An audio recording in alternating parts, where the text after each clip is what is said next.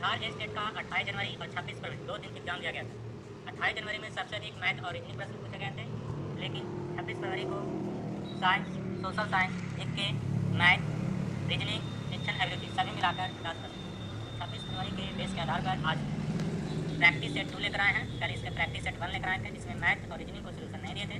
आज मैथ और रीजनिंग का सोल्यूशन के साथ रहेगा। 50 प्रश्न रहेंगे जो पूरे सेट रहेंगे, एक प्रकार का एग्जाम के हेल्प से, अभी ऑनलाइन सेट की तरह। आप इसे प्रैक्टिस सेट कॉपी में बना सकते हैं या हमारे साथ बना सकते हैं। चलिए शुरू करते हैं। पहला प्रश्न, एक पुस्तक का क्रय मूल्य 110 तथा विक्रय मूल्य 123 रुपये 20 पैसा, इसे बेचने पर पुस्तक विक्रेता को कितने प्रतिशत लाभ होगा। देखिए, लाभ प्रतिशत पूछा जा रहा है, तो सबसे पहले लाभ निकालेंगे। तो यहाँ पे 123 रुपये 20 पैसा में से 110 रुपये घटा देंगे तो मेरे पास लाभ आ जाएगा 13 रुपये 20 पैसा। लेकिन यहाँ पे लाभ प्रतिशत पूछा जा रहा है, तो लाभ प्रतिशत बराबर होता है लाभ गुने 100 बटा क्रय मूल्य, यानी लाभ हो जाएगा 13 रुपये 20 पैसा गुने 100 करेंगे और क्रय मूल्य बटा मतलब 110 नीचे लिखेंगे, तो आंसर हमारा आ जाएगा 12%। कितना आंसर आ जाएगा? 12%। इसका सोल्यूशन देख लेते हैं। देखिए, क्रय मूल्य हो गया 110 रुपया, विक्रय मूल्य हो गया 123 रुपये 20 पैसा, और लाभ बराबर होता है विक्रय मूल्य माइनस क्रय मूल्य। जब दोनों को घटाएंगे तो 13 रुपये 20 पैसा आएगा। और लाभ प्रतिशत पूछा जा रहा है, तो लाभ प्रतिशत होता है लाभ गुने 100 बट्टा में 110, यानी कि क्रय मूल्य। इसका आंसर आ गया 12। चलते हैं नेक्स्ट प्रश्न।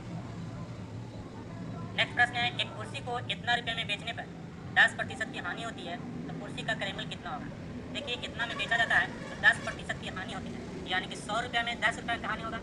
उसी प्रकार से अगर 200 में पूछा जाता तो 20 रुपये का हानि होता, लेकिन डिवाइड करते हैं तो हमेशा कैसे डिवाइड करते हैं, उसको 10% की कमी हो रही है तो नीचे 90 होता। तो इसका आंसर देने पहले सोल्यूशन देख लेते हैं, समझने की कोशिश करते हैं।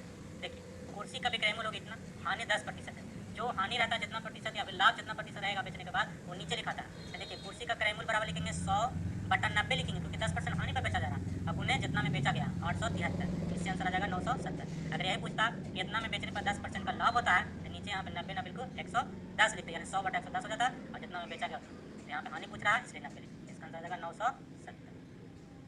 नेक्स्ट प्रश्न है, यदि किसी वस्तु को 5% हानि की अपेक्षा 10% के लाभ पर बेचा गया तो विक्रेता को 75 रुपये अधिक मिले, तो वस्तु का क्रय मूल्य कितना है। देखिए, समझने की कोशिश करते हैं। पहले 5% की हानि होना चाहिए था, जो हो गया 10% लाभ, यानी कि अगर हम किसी को 5 रुपये देने गए और वही हमको 5 रुपये 10 रुपये अलग से दे दे तो हमें 15 रुपये का लाभ हो जाएगा। यानी कि 15% में देखा जाए तो 15, लेकिन रुपया में देखा जाए तो 75, यानी 15% बराबर 75, 1% बराबर 5, तो 100% बराबर हो जाएगा 500। इसका आंसर हो जाएगा 500। इसका सोल्यूशन देखिए, माना कि क्रय मूल्य x है, इतना बटे इतना माइनस इतना बटे इतना बराबर 75, यानी देखिए 15 x बराबर 1500, तो x बराबर 15 7500 बटा 15 यानी 500। इस तरह से हम समझने की कोशिश करें कि 5% की हानि हो रहा है 10% के लाभ, यानी टोटल मिलाकर देखा जाए किसी को 5 रुपये देने की बजाय 10 रुपये दे दिया जाए, हमें ही वापस कर दिया तो 15 रुपये, यानी 15% बराबर 75, तो 1% बराबर 5, तब 100% बराबर 500। नेक्स्ट प्रश्न है, रमेश ने एक गाय 8580 रुपये में बेचकर 4% का लाभ हुआ। जबकि उसी प्रकार से प्रश्न उसमें हानि हो रहा था, तो उसकी गाय कितने रुपये में खरीदी गई थी। इसमें क्रय मूल्य पूछा जा रहा है, तो सेम प्रोसेस लिखेंगे 8580 बट्टा यहाँ पे लिखेंगे लाभ पर बेचा जा रहा है, इसलिए नीचे लिखेंगे 104 और गुने 100। इसका आंसर आता है, पहले सोल्यूशन देख लेते हैं, उसके बाद आंसर देखेंगे।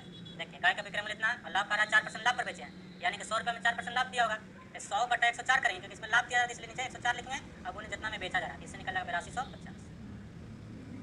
चलते हैं नेक्स्ट प्रश्न। वह कौन सा कथन है जहाँ बच्चे के संज्ञानात्मक विकास को सबसे बेहतर तरीका से परिभाषित किया जा सकता है। ऑप्शन है विद्यालय में कक्षा का वातावरण, खेल का मैदान, सभागार या घर। तो देखिए, वह कौन सा कथन है जो संज्ञानात्मक, जिन प्यादे ने बताया था सबसे पहले संज्ञानात्मक के बारे में, लेकिन यहाँ पर पूछा जा रहा है कि सबसे बेहतर तरीका है तो वो विद्यालय और कक्षा का वातावरण में सबसे अच्छा परिभाषित किया जा सके, तो इसका आंसर हो जाएगा ए। नेक्स्ट क्वेश्चन है, बच्चे दुनिया के बारे में अपनी समझ का सृजन करते हैं, इनका श्रेय किनको दिया जाता है। तो बच्चे दुनिया के बारे में अपने सृजन करते हैं, यानी कि बुद्धि का विकास करते हैं, अपने आप सृजन करते दुनिया सीखते हैं, वे कहते हैं प्याजे के द्वारा। नेक्स्ट प्रश्न है कि शिक्षा के क्षेत्र में पाठचर्या शब्दावली किसकी ओर संकेत करता है। पाठचर्या जो है उसकी परिभाषा क्या हो सकता है। पहला ऑप्शन है विद्यालय का संपूर्ण कार्यक्रम जिसमें विद्यार्थी प्रतिदिन अनुभव प्राप्त करते हैं। दूसरा है मूल्यांकन प्रक्रिया। तीसरा है शिक्षण पद्धति एवं पढ़ाई जाने वाले विषय वस्तु, और चौथा है कक्षा में प्रयुक्त की जाने वाली पाठ सामग्री। तो देखिए, पाठचर्या यानी कि जो कैरिकुलम होता है वो संपूर्ण होता है। बच्चों को जितना भी शिक्षा सिखाने में यूज किया जाता है, चाहे वो खेल का मैदान हो, संगीत हो, बात प्रतियोगिता हो, कोई भी काम अगर शिक्षण के संबंधित में विद्यालय में किया जा रहा है तो उसके क्या होता है, कैरिकुलम में जाता है भट्टाचार्य मार्ग। इसका आंसर हो जाएगा ए, विद्यालय के संपूर्ण कार्यक्रम जिसमें विद्यार्थी प्रतिदिन अनुभव प्राप्त करते हैं। नेक्स्ट क्वेश्चन है, निम्न में से किसने कहा है कि शिशु अपने एवं अपने संसार के बारे में अधिकांश बातें खेल के मैदान से सीखते हैं? देखिए खेल के मैदान से सीखते हैं, एक किन्हीं का थॉट है और थॉट हमेशा पूछा जाता है। तो किसने कहा था? स्ट्रैंग ने इस बात को कहा था। थ्योरी है, इसे याद करने की चीज़। विकास कभी ना समाप्त होने वाली प्रक्रिया है। यह विचार किसने संबंधित है? यह विचार किससे संबंधित है? निरंतरता का सिद्धांत, अतः संबंध का सिद्धांत, अंतःक्रिया का सिद्धांत, एकीकरण का सिद्धांत। सभी विकास का ही सिद्धांत है, लेकिन ये जो है विकास कभी ना समाप्त होने वाली प्रक्रिया किस सिद्धांत पर आधारित है? ये हो जाएगा निरंतरता के सिद्धांत पर आधारित है। नेक्स्ट है कि निम्नलिखित में से किस अवस्था में बच्चे अपने समवयस्क समूह को सक्रिय सदस्य हो जाते हैं? देखिए यहाँ समवयस्क है, यानी अपने क्लासमेट के सक्रिय सदस्य हो जाते हैं, यानी कि कौन सी अवस्था? प्रौढ़ावस्था, किशोरावस्था, बाल्यावस्था या पूर्वावस्था? कल भी इस प्रश्न को, इस प्रकार के प्रश्न को बताए थे कि किशोरावस्था ऐसा अवस्था है जो समवयस्क यानी अपने क्लासमेट से ज़्यादा सक्रिय हो जाते हैं। इसका आंसर हो जाएगा किशोरावस्था। चलते हैं नेक्स्ट प्रश्न की। नेक्स्ट प्रश्न है कि एक प्रधानाचार्य को होना चाहिए, एक प्रधानाचार्य को होना चाहिए छात्रों के लिए प्रेरणादायक, अध्यापकों के लिए समानता का भाव रखने वाला, कुशल प्रबंधक या सभी? देखिए एक प्रधानाचार्य है तो इसे सर्वे सर्व होना चाहिए, यानी सभी में होना चाहिए। इसका आंसर हो जाएगा। नेक्स्ट प्रश्न है कि आपके अनुसार शिक्षण की योजना पद्धति होना चाहिए। आपके अनुसार बताना, शिक्षक केंद्रित, प्रोजेक्ट केंद्रित, पाठ्य पुस्तक केंद्रित या बालक केंद्रित या बाल केंद्रित, शिशु केंद्रित? देखिए अभी जो वर्तमान शिक्षा चल रहा है उसी के आधार पर आपको सोचना भी होगा। तो अभी जो चल रहा है वह बाल केंद्रित यानी बालक केंद्रित, इसका। नेक्स्ट प्रश्न है कि एक अध्यापक का सर्वश्रेष्ठ गुण क्या है? एक अध्यापक का सर्वश्रेष्ठ गुण क्या है? ऑप्शन है अध्यापक, जो अध्यापक लिखा हुआ उसे अध्यापन पढ़ेंगे यानी शिक्षण, अध्यापन के प्रति पूर्ण समर्पण, अध्यापन के प्रति उच्च चरित्र, अध्यापन के प्रति उच्च विचार, अध्यापन की धर्मनिरपेक्षता। तो देखिए सर्वश्रेष्ठ गुण जो होता है वो होता है अध्यापन के प्रति पूर्ण समर्पण, यानी कि आप अध्यापन को ही सबसे अधिक समय दें, आप चरित्र का विचार विषम प्रसक्त का विचार करें। नेक्स्ट प्रश्न है, अध्यापक मुख्य रूप से किसके प्रति जवाबदेही होता है? किसके प्रति? समाज तथा छात्रों के प्रति, प्रधानाचार्य के प्रति, अभिभावक के प्रति, सरकार के प्रति। अध्यापक होते हैं वो सभी के प्रति उत्तरदायी होते हैं, लेकिन इसमें उपयुक्त सबसे उपयुक्त कौन है? चारों में सबसे ज़्यादा उपयुक्त कौन है? किसको सबसे ज़्यादा जवाबदेही होना चाहिए? तो होते हैं समाज तथा छात्रों के प्रति उत्तरदायी। इसका आंसर हो जाएगा समाज तथा छात्रों। ग्रामीण अंचलों में बच्चों के स्कूल से भागने तथा पढ़ाई छोड़ने का कारण क्या है? ग्रामीण इलाकों में बच्चों को देखते हैं स्कूल से भाग जाते हैं या पढ़ाई धीरे करके छोड़ देते हैं। इसका कारण क्या हो सकता है? ऑप्शन है स्कूल का नीरस वातावरण, छात्रों की बाल श्रमिक बनने को लालसा, छात्रों का अध्यापक से डरना, ये सभी। तो देखिए एक प्रकार से देखा जाए तो इसमें जो शिक्षण से प्रश्न पूछे जाते हैं लगेगा अधिकांश सभी हो, लेकिन देखा जाए कि पढ़ाई छोड़ने का मुख्य कारण क्या हो सकता है? तो स्कूल का नीरस वातावरण। अगर स्कूल का वातावरण ऐसा नहीं है तो बच्चों को पढ़ाने में रुचि जागृत करना। इसका आंसर हो जाएगा ए। बच्चों कभी भी अपना मन से काम करने के लिए लालसा नहीं होता है, श्रमिक बनना नहीं चाहते। नेक्स्ट प्रश्न है रीजनिंग से संबंधित है और इसका सोल्यूशन पीडीएफ ग्रुप में साइड में दिया जा रहा है। एक महिला की ओर संकेत करते हुए साइमन ने कहा, इस प्रकार के प्रश्न को आप बनाना चाहते हैं बहुत आसान तरीका से। तो साइमन को माने कि हम खुद हैं, साइमन को माने कि हम खुद हैं, और महिला को बताना है तो वह मेरे पिता की एकमात्र बहन की पुत्री है, यानी कि मेरे पिता की जो बहन होगा वो हमारे बुआ हो जाएंगे, और बुआ के पुत्री यानी फुफेरी बहन। लेकिन वहाँ पर पूछा है वह महिला साइमन से किस प्रकार से संबंधित है? वह महिला है जो साइमन से किस प्रकार से संबंधित है? तो वो जगह फुफेरी बहन। इस चीज़ को समझ सकते हैं। एक महिला की ओर संकेत करते हुए साइमन ने कहा, साइमन अपने खुद को ले लें और महिला किसी को भी ले सकते हैं, यहाँ से आप चलें। वह मेरे पिता की बहन है, मेरे पिता की एकमात्र बहन है, हमारी बुआ होगी, और बुआ की बेटी क्या होगी? फुफेरी बहन। वही तो पूछा जा रहा है कि महिला साइमन से क्या संबंध है? साइमन मैं हूँ और मैं महिला से क्या संबंध है? फुफेरी बहन। सी माता है ए और बी की, सी माता ए और बी का, यानी दोनों भाई हो सकते हैं या फिर भाई बहन हो सकते हैं या दोनों बहन हो सकते हैं। यदि डी पति है बी का, डी पति है बी का यानी बी लड़की थी और उसका पति है डी, यानी कि अब हो गया दामाद हो गया डी। तो सी कौन है डी की?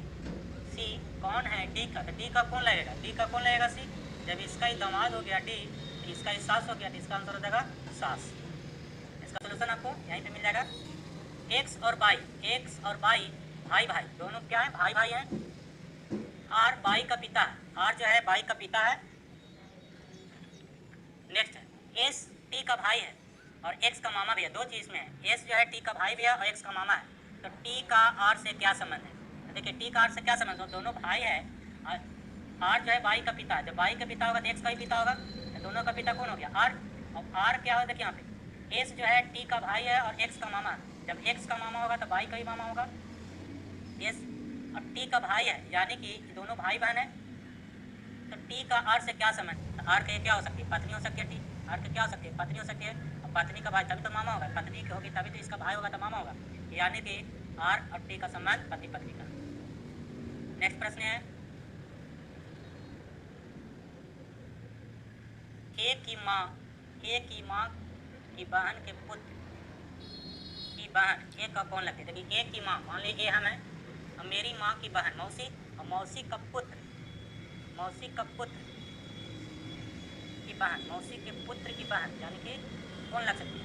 मौसी की बहन लग सकती है। मान लिया ये मैं हूँ और मेरी माँ की बहन मौसी, और मौसी का पुत्र यानी मौसेरा भाई, लेकिन पुत्र की बहन यानी कौन हो जाएगा? मौसेरी बहन। इसका मतलब मौसेरी। किसी वृद्ध व्यक्ति का पुत्र मेरे पुत्र का चाचा, किसी वृद्ध व्यक्ति का पुत्र मेरे पुत्र का चाचा, यानी मेरे पुत्र का चाचा यानी मेरा भाई होगा। मेरे पुत्र का चाचा यानी मेरा भाई है। आप बताइए कि मेरी माँ की इकलौती पुत्री, मेरी माँ की इकलौती पुत्री, मेरी माँ की जो इकलौती पुत्री वो मेरी बहन होगी। इकलौती पुत्र के इकलौते पुत्र का क्या संबंध है? तो बताइए कि मेरी माँ की इकलौती पुत्री, मेरी माँ की इकलौती पुत्री यानी मेरी बहन, और बहन के इकलौता पुत्र भतीजा मेरे को लगा भी, का संबंध उस वृद्ध व्यक्ति से कौन सा था? वृद्ध व्यक्ति से लगेगा, इसका संबंध हो जाएगा नाती का, इसका आंसर हो जाएगा ए। चलते हैं नेक्स्ट प्रश्न है, अभिभावक मुलाकात दिवस का सबसे अधिक आवश्यकता पड़ती है। अभिभावक मुलाकात दिवस की सबसे अधिक आवश्यकता किसको पड़ती है? प्राथमिक कक्षाओं में, माध्यमिक कक्षाओं में, सेकेंडरी कक्षाओं में, कॉलेजों में। देखिए अभिभावक जो मुलाकात होते हैं, जो होते हैं पेरेंट्स मीटिंग, सबसे अधिक आवश्यकता प्राइमरी विद्यालय, इसका आंसर हो जाएगा। नेक्स्ट प्रश्न है, ग्रामीण क्षेत्रों के उत्थान का लक्ष्य होना चाहिए। प्राइमरी एवं प्रौढ़ शिक्षा का प्रसार, नगरीय सुख सुविधाओं का विस्तार, उच्च शिक्षा का प्रसार, ये सभी। क्योंकि ग्रामीण क्षेत्रों में बहुत लोग कम पढ़े लिखे होते हैं, इसलिए कम से कम प्राइमरी और प्रौढ़ शिक्षा पर अधिक प्रसार होना चाहिए। प्रधानाचार्य अपने अध्यापकों से आशा करता है समर्पण एवं निष्ठा, आज्ञा पालन, भाव की, योग्यता एवं ज्ञान की सभी। देखिए प्रधानाचार्य है तो आपसे आशा सभी चीज़ कर सकता है, समर्पण एवं निष्ठा भी कर सकता है, आज्ञा पालन के भाव रखेगा, और योग्यता एवं ज्ञान के भी आपसे आशा रहेगा। इसका आंसर हो जाएगा टी। नेक्स्ट प्रश्न है, अभिभावक अपने बालकों के लिए अध्यापकों से आशा रखता है। अभिभावक भी होते हैं जो बालक के लिए अध्यापक से क्या आशा रखेगा? निष्पक्ष व्यवहार की, सहानुभूति एवं प्रेम की, योग्यता एवं ज्ञान की। देखिए अभिभावक है जो गार्जियन है वो भी आपसे बहुत कुछ आशा रखते हैं। निष्पक्ष व्यवहार की यानी पक्षपात व्यवहार नहीं होना चाहिए, सहानुभूति एवं प्रेम का भी भाव आपसे रखेगा आशा, और योग्यता एवं ज्ञान की भी आशा रखेगा, यानी कि इसका आंसर हो जाएगा बना तो ऐसा भी, लेकिन सभी ऑप्शन नहीं और फिर। नेक्स्ट है, यदि आपसे किसी गंभीर विषय पर भाषण देने के लिए कहा जाए तो आप क्या करें? आप एक शिक्षक हैं, आपको भाषण देने के लिए कहा जाए तो आप क्या करें? इस विषय पर मित्रों से सलाह लेंगे, स्पष्ट मना कर देंगे, संघर्ष तैयार हो जाएंगे, कुछ देर बाद समय मांगेंगे, संघर्ष तैयार हो जाएंगे। आप शिक्षक हैं, शिक्षक को कभी भी हिचकिचाना नहीं होता, उस संघर्ष के माध्यम से तुरंत तैयार हो जाना होगा आपको किसी भी भाषण के लिए बोलने के लिए। वही सब बोले लेकिन आपको बोलना होगा। नेक्स्ट है, आज के वैज्ञानिक युग में छात्रों को आध्यात्मिकता का ज्ञान देना है पिछड़ापन आवश्यक अनावश्यक संभव? आज के वैज्ञानिक युग में छात्रों को आध्यात्मिक ज्ञान देना चाहिए या नहीं देना चाहिए? पिछड़ापन है या आवश्यक है या अनावश्यक है या संभव? देखिए आध्यात्मिक ज्ञान आज के बच्चों को पुराने युग में भी देना ही है, इसका आंसर होगा। नेक्स्ट है, विद्यालय के सभी कार्यक्रम में भाग लेना चाहिए क्योंकि इससे, विद्यालय के सभी कार्यक्रम में भाग लेना चाहिए क्योंकि इससे। देखिए शिक्षक के बारे में बताया जा रहा है कि विद्यालय में सभी कार्य में भाग लेना चाहिए। पहला ऑप्शन है सीखने का अवसर मिलता है, व्यक्तित्व का विकास होता है, आत्मविश्वास का विकास में सहायक मिलती है, ये सभी। तो देखिए अगर विद्यालय में सभी कार्य में भाग लेंगे तो आपको सभी कुछ सीखने का अवसर मिलेगा, व्यक्तित्व का विकास होगा, आत्मविश्वास भी जाएगा और सीखने का अवसर मिलेगा, इनमें से सभी। नेक्स्ट प्रश्न है, किसी भी व्यक्ति वस्तु को छात्रों को सरलता से सिखाने के लिए अध्यापक का सर्वप्रथम गुण होना चाहिए आत्मविश्वास का, विषय वस्तु का ज्ञान, प्रभावी अभिव्यक्ति, सत्यस्था। किसी भी विषय वस्तु को छात्रों को अगर सरलता से सिखाना होगा तो अध्यापक को सर्वप्रथम गुण होना चाहिए प्रभावी अभिव्यक्ति, मीन्स एक्टिव, प्रभावी उस पर इफेक्ट पड़े, पढ़ाने के बाद बच्चों को इफेक्ट पड़े, प्रभावी अभिव्यक्ति होना चाहिए। विषय वस्तु का ज्ञान सभी होते हैं लेकिन पढ़ाने का टेक्निक सभी के पास नहीं होता। आत्मविश्वास तो होना ही चाहिए, लेकिन प्रभावी एकत्रित सकता है। विद्यालय में खेलों का आयोजन का उद्देश्य क्या होता है? छात्रों को किसी कार्य में लगाना, शरीर को हष्ट पुष्ट करना, प्रतियोगी खेलों के लिए तैयार करना, बालक का सर्वांगीण विकास करना। देखिए अधिगम का मुख्य उद्देश्य होता है बालक का सर्वांगीण विकास, और उसमें खेल भी आयोजन किया जाता है, सांस्कृतिक कार्यक्रम किए जा सकते हैं, सभी के संग लगा बालक का सर्वांगीण। नेक्स्ट प्रश्न है, एक छात्र की दृष्टि से विद्यालय में छात्र संघ संगठन के बारे में आपकी धारणा क्या है? पहला, इनसे कोई लाभ नहीं है, विद्यालय में दादागिरी फैलती है, शिक्षकों के अन्यायों के विरुद्ध लड़ने का एक साधन है, छात्रों के नेतृत्व की भावना बढ़ती है। देखिए जो छात्र संघ बनाए जाते हैं उसका मूल उद्देश्य होता है कि छात्र अपनी मांगों को या फिर अन्य कोई भी समस्या हो तो अपना एक साथ लेकर आएँ, ना कि प्रश्न समझना मुश्किल होता है। इस प्रकार छात्रों के नेतृत्व की भावना को बढ़ाना। चलते हैं नेक्स्ट प्रश्न की ओर। नेक्स्ट प्रश्न है, एक खास कोड भाषा में रेल को 5796 लिखा जाए और टेन को 3748 लिखा जाए, तो भाषा में PAIL कैसे लिखा जाए? देखिए यहाँ पे आर का कोई भी कोड अल्फ़ाबेटिक नहीं है, ए का कोई अल्फ़ाबेटिक नहीं है। इस टाइप के जो प्रश्न होते हैं कई बार पूछ देते हैं। देखिए क्या है, आर का यहाँ पे समझना होगा कि आर का कोड यहाँ पे 5 है, ए का कोड आपको 7 है, और आई का कोड 9 है, और एल का कोड 6 है। इसी प्रकार से टी का कोड मान लीजिए 3 है, ए का कोड 7, बी का कोड 4 और ई का कोड 8 है। तो पेयर पूछा जा रहा है पी, तो पी देखिए यहाँ पे कहाँ पे है, इसमें पी यहाँ पे है, यानी इसका कोड हो गया 4। सबसे पहले 4 से शुरू होगा। चलिए नेक्स्ट है पी के बाद ए का कोड देखिए यहाँ पे ए दूसरा नंबर पे है, और दूसरा नंबर पे 7 है, यानी 4 के बाद 7 दो मैच कर रहा। तीसरा कोड है आई, अब आई का कोड देखिए यहाँ पे तीसरा नंबर पे है, आई का कोड 9 है, इसका आंसर होगा 4 7 9, पहला आंसर इसका सही। नेक्स्ट है निम्नलिखित 4 में से 3 किसी प्रकार से समान है। देखिए यहाँ 5 लिखा गया है, यहाँ 4, यहाँ इसको 4 पढ़ा जाए। 4 में से 3 किसी प्रकार से समान है, इसलिए उनका एक समूह बनता है। वह कौन सा है जो इस समूह में नहीं आता? पहला गुलाब, कमल, चमेली और गेंदा। तो देखिए सभी मिट्टी में उगाए जाते हैं, लेकिन कमल जो होते हैं कीचड़ में यानी पानी में रहता है, इसलिए इसका आंसर होगा कमल। फीमेल को छाटना विषम को। नेक्स्ट है कितने सार्थक अंग्रेजी शब्द EPRY के प्रत्येक अक्षर को एक शब्द में प्रयोग करके इस्तेमाल करके बनाए हुए जा सकते हैं? 1 2 3 4 या 4 से अधिक। तो देखिए इसको एक शब्द बनाने का कोशिश करें, इस शब्द शायद PERY पेरी कुछ शब्द बन सकता है। इसका आंसर यह हुआ 1। आप लोग अगर कोई इसका शब्द बना कर दिखाते हैं तो हमें कमेंट में देने का प्रयास करेंगे। इसका आंसर है कि इसका एक शब्द बनाने की कोशिश करें। नेक्स्ट प्रश्न है प्रत्येक शब्द में प्रत्येक अक्षर का केवल एक पर प्रयोग करते हुए UTB में कितने अर्थपूर्ण शब्द बनाए जा सकते हैं? 1 2 3, इनमें से कोई। देखिए छोटा छोटा शब्द है 3 अक्षर का, एक होता है BUT बट मैंने लेकिन, अब एक होता है TUB तब मिस नाद हो सकता है। इसका आंसर हो जाएगा 2, आसान था। नेक्स्ट प्रश्न है निम्नलिखित में से विषम शब्द को चुनिए। खाड़ी, द्वीप, प्रायद्वीप और अंतरद्वीप। अंतरद्वीप नाम कभी सुने भी नहीं है, ये तीनों ज्योग्राफी में पढ़ना होता है, तीनों एक दूसरे से संबंधित है, खाड़ी, द्वीप और प्रायद्वीप। इसका आंसर हो जाएगा अंतर। चलते हैं नेक्स्ट प्रश्न। नेक्स्ट प्रश्न यहाँ पे 36 कौन से भारतीय शहर हैवी इलेक्ट्रॉनिक्स से संबंधित? हैवी इलेक्ट्रॉनिक्स नाम से कौन जाना जाता है? हैवी इलेक्ट्रॉनिक्स नाम से जाना जाता है भोपाल, अब ये चिपके से संबंधित। नेक्स्ट प्रश्न है भारत में हरित क्रांति का श्रेय जिस विख्यात कृषि औद्योगिक को कहा जाता है उनका नाम क्या है? R Venkataraman, Sitakant Mahapatra, doctor Verghese Kurien, Jayant Narlikar. इसका आंसर होगा वर्गीज कुरियन जो है हरित क्रांति का जनक माना जाता है। राणा प्रताप सागर संबंधित किससे हैं? सौर ऊर्जा से, सिंचाई से, नापीय ऊर्जा से, जल विद्युत परियोजना से। इसका आंसर हो जाएगा जल विद्युत परियोजना से। नेक्स्ट प्रश्न है सूर्य और पृथ्वी के बीच अधिकतम दूरी किस तिथि को होती है? तो देखिए इसमें सबसे अधिकतम दूरी पूछा जा रहा है, ज्योग्राफी का प्रश्न है। तो सबसे नज़दीक होता है 3 जनवरी को और सबसे अधिक दूरी होता है 4 जुलाई। नेक्स्ट प्रश्न है भारत के राज्य चिन्ह में प्रयुक्त होने वाले शब्द सत्यमेव जयते किस उपनिषद से लिए गए हैं? ईद उपनिषद, मुंडो उपनिषद, कठ उपनिषद, इनमें से कोई नहीं। तो देखिए सत्यमेव जयते जो है मुंडो उपनिषद से लिया गया, मुंडो उपनिषद से लिया गया। चलते हैं नेक्स्ट प्रश्न है निम्नलिखित में संविधान का कौन सा भाग संशोधित नहीं किया जा सकता? संविधान का कौन सा भाग संशोधित नहीं किया जा सकता है? प्रस्तावना, राज्य के नीति निर्देशक सिद्धांत, मौलिक अधिकार और न्यायिक समीक्षा। न्यायिक समीक्षा को संशोधित नहीं किया जा सकता, ये ठीक है। इसका सोल्यूशन देख लेते हैं। न्यायिक समीक्षा, न्यायिक समीक्षा संविधान का आधारभूत भाग है जिनका संशोधन नहीं किया जा सकता। नेक्स्ट प्रश्न है भारतीय संविधान में संशोधन का प्रस्ताव किस देश से लिया गया? संविधान का संशोधन का प्रस्ताव कहाँ से लिया गया?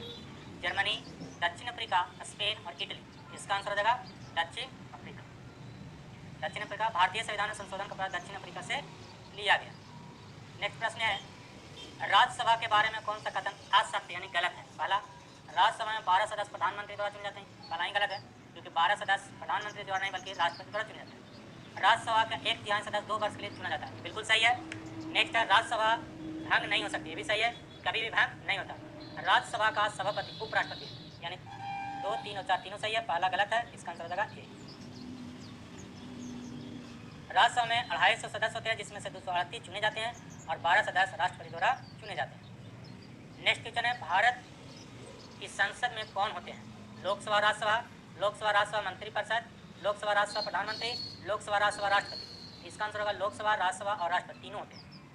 लोकसभा, राज्यसभा और राष्ट्रपति तीनों मिलकर ही भारतीय संसद को बनाते हैं। प्रश्न है, शिक्षा का अधिकार अधिनियम 2009, शिक्षा का अधिकार अधिनियम 2009 गरीबों को 25%, यहाँ प्रतिशत लिखा हुआ, मुक्त सीटों का आदेश दिया गया, जिसमें भारत के कौन सा स्कूल आते हैं? केवल सरकारी स्कूल, प्राइवेट स्कूल, सरकारी और प्राइवेट स्कूल दोनों, सरकारी स्कूल, अनुमोदित प्राइवेट स्कूल, बिना अनुमोदित प्राइवेट स्कूल, सभी स्कूल आते हैं A to Z, यानी इसका आंसर हो जाएगा डी। चलते हैं नेक्स्ट, सूचना अभियांत्रिकी एवं संबंध विज्ञानों के क्षेत्र में राष्ट्रीय उत्कृष्टता संस्थान कहाँ पर स्थापित किए जाने का प्रस्ताव है? बेंगलुरु में, हैदराबाद, पुणे या इलाहाबाद। इसका आंसर होगा बेंगलुरु में इसका खोलने का प्रस्ताव रखा गया। नेक्स्ट है, गोबर गैस में प्रयुक्त क्या होता है? गोबर गैस में सबसे प्रयुक्त कौन होता है? Carbon dimonoxide, carbon monoxide, hydrogen sulphide, methane. इसका आंसर होगा मीथेन। गोबर गैस सबसे क्या होता है? मीथेन। नेक्स्ट है, विज्ञान और टेक्नोलॉजी उपक्रम पार्कों में निम्नलिखित में से किसका स्थान नहीं है? प्रशिक्षण एवं अंक शोधन का, प्रौद्योगिकी विकास का, उपक्रम चालकों के लिए धन एकत्रित करना। तो देखिए, विज्ञान एवं टेक्नोलॉजी का इसमें से कौन नहीं है? ये उपक्रम चालकों के धन एकत्रित करने का ये मुख्य उद्देश्य नहीं है। नेक्स्ट क्वेश्चन, चूहे के विष का रासायनिक नाम क्या है? चूहे के लिए दवा बनाया जाता है, उसमें क्या होता है? Zinc oxide, lead nitrate, zinc phosphate. 2 option एक ही तरह का मिल गया। इसका आंसर होगा जिंक फास्फेट। इसका आंसर होगा जिंक फास्फेट। लास्ट क्वेश्चन है, बायोगैस बनाने के लिए समानता प्रयुक्त द्रव कौन सा है? पशुओं का अपशिष्ट, शैस्य अवशेष, जलीय पदार्थ, वन अवशेष। इसका आंसर होगा पशुओं का अपशिष्ट। अगर वीडियो अच्छा लगा हो तो प्लीज़ मेरे वीडियो को लाइक कर दें, चैनल को सब्सक्राइब करें। मैं प्रतिदिन इसी प्रकार से सेट लाते रहूँगा। थैंक यू, धन्यवाद।